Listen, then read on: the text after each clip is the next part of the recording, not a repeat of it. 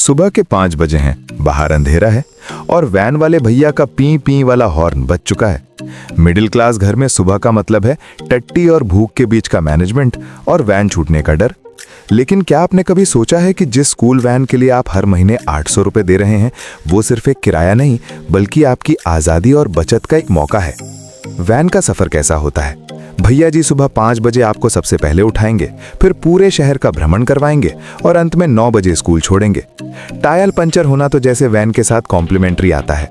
हम अपनी जिंदगी के कीमती 3-4 घंटे सिर्फ उस वैन में बैठकर बर्बाद कर देते हैं और ऊपर से हर महीने जेब से जाते हैं 800 रुपए।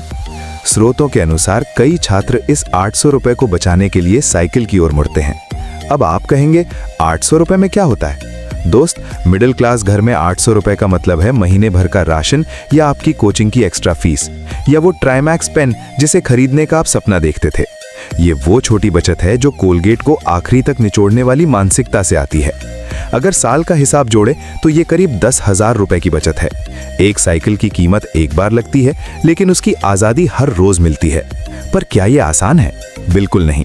कड़ाके की ठंड में साइकिल चलाना, जब हाथ सुन्न हो जाएं और मफलर टोपे में आप अपाहिज जैसे दिखें, आसान नहीं होता। सबसे बड़ी दुश्मन होती है साइकिल की चेन। अगर चेन ढीली हुई तो रास्ते में पाना पेचकस लेकर उसे कसना पड़ता है। कभी कभी तो चेन चढ़ाते चढ़ाते स्कूल भी लेट हो जाते हैं। लेकिन ये चुनौतियां आपको सिखाती हैं फाइनेंशियल डिसिप्लिन और आत्मनिर्भरता। जब आप खुद की साइकिल ठीक करते हैं तो आप सिर्फ चेन नहीं चढ़ा रहे होते, बल्कि मुश्किल वक्त में जुगाड़ करना सीख रहे होते हैं। ये पैसा बचाना कंजूसी नहीं है, ये भविष्य के लिए खुद को तैयार करना है। जैसे आश्रम की सेवा से मिलने वाले पतासों की भी अपनी एक कीमत होती है, वैसे ही आपकी मेहनत की कमाई के हर सिक्के की कीमत है। चाहे आप बिनोमो जैसे प्लेटफॉर्म से एक्स्ट्रा इनकम की सोच रहे हो या अपनी पॉकेट मनी बचाने की, शुरुआत हमेशा छोटे से होती है।